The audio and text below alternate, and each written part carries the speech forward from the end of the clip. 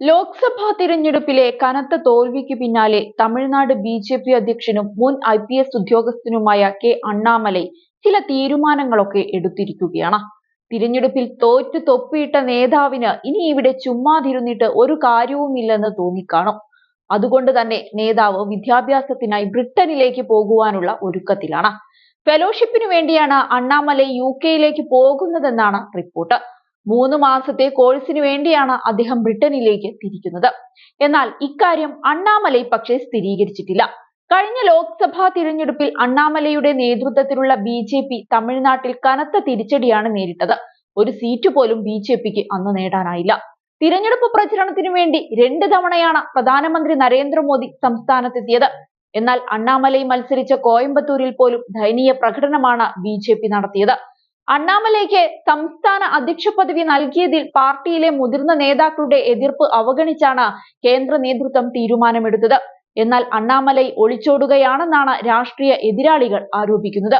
അതേസമയം ഓക്സ്ഫോർഡ് യൂണിവേഴ്സിറ്റിയിലെ അദ്ദേഹത്തിന്റെ 3 മാസത്തെ ഫെലോഷിപ്പ് പ്രോഗ്രാം അദ്ദേഹത്തിന്റെ ദീർഘകാല ആഗ്രഹമാണെന്നും തിരഞ്ഞെടുപ്പിന് വളരെ മുൻപാണ് യാത്ര തീരുമാനിച്ചതെന്നും പാർട്ടി പറയുന്നുണ്ട്. മികച്ച നേതൃത്വ ശേഷിയുള്ള യുവ നേതാക്കൾക്കും മിഡ് കരിയർ പ്രൊഫഷണലുകൾക്കുമുള്ളതാണ് ഫെലോഷിപ്പ് പ്രോഗ്രാം. പരിപാടി സെപ്റ്റംബർ പകുതിയോടെ ആരംഭിച്ച് ഡിസംബറിൽ അവസാനിക്കുന്നതാണ്. അണ്ണാമലൈ ഇക്കാര്യം പാർട്ടി കേന്ദ്ര നേതൃത്വത്തെ അറിയിച്ചിട്ടുമുണ്ട്. ലോക്സഭാ തിരഞ്ഞെടുപ്പിൽ താരപ്രചാരകർ ഉൾപ്പെടെ തമിഴ്നാട് സജീവമായി പങ്കെടുത്തതിന് കാരണം അണ്ണാമലൈ ആയിരുന്നു. പ്രധാനമന്ത്രി നരേന്ദ്രമോദിയും സംസ്ഥാനം സന്ദർശിച്ചിരുന്നു. സംസ്ഥാനത്ത് നിരവധി മുതിർന്ന നേതാക്കൾ ഉള്ളപ്പോഴാണ് മുൻ IPS ഉദ്യോഗസ്ഥനായ അണ്ണാമലൈയെ BJP കേന്ദ്ര നേതൃത്വം സംസ്ഥാനത്തിന്റെ ചുമതല ഏൽപ്പിച്ചത്. ലോക്സഭാ തിരഞ്ഞെടുപ്പിൽ കോയമ്പത്തൂരിൽ നിന്ന് മത്സരിച്ച ഇദ്ദേഹം ഉൾപ്പെടെ എല്ലാ സ്ഥാനാർത്ഥികളും പരാജയപ്പെട്ടു. AIADMKയെ മറികടന്ന് 39ൽ 12 സീറ്റുകളിലും BJP 2ാം സ്ഥാനത്തെത്തി.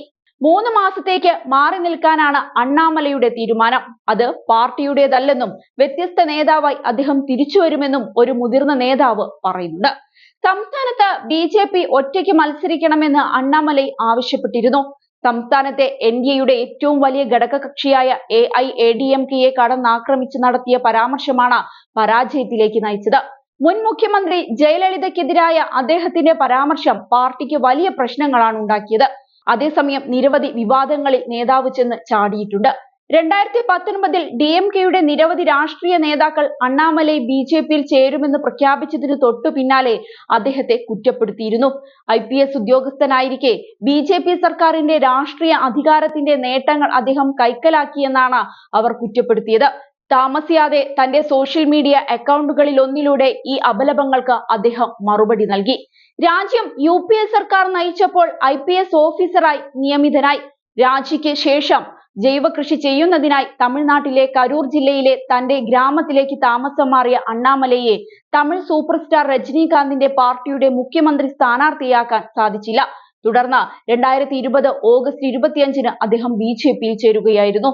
പാർട്ടിയിൽ ചേർന്ന് 10 മാസത്തിനുള്ളിൽ സംസ്ഥാന ഘടകം അധ്യക്ഷനായി. തമിഴ്നാട് ഘടകത്തിന്റെ ഏറ്റവും പ്രായം കുറഞ്ഞ പ്രസിഡന്റ് എന്ന നിലയിൽ 39കാരനായ നേതാവ് തന്റെ എൻ മക്കൾ യാത്രയിലൂടെ സംസ്ഥാനത്തെ 234 നിയമസഭാ മണ്ഡലങ്ങളിലും BJP പതാകയും ചിഹ്നവും കൈക്കലാക്കി. എന്നാൽ ഇന്ന് BJP സ്ഥാനാർത്ഥിയായി വന്നപ്പോൾ അദ്ദേഹത്തിനേറ്റ തോൽവി പാർട്ടിയെ തന്നെ അത്ഭുതപ്പെടുത്തുകയാണുണ്ടായത്.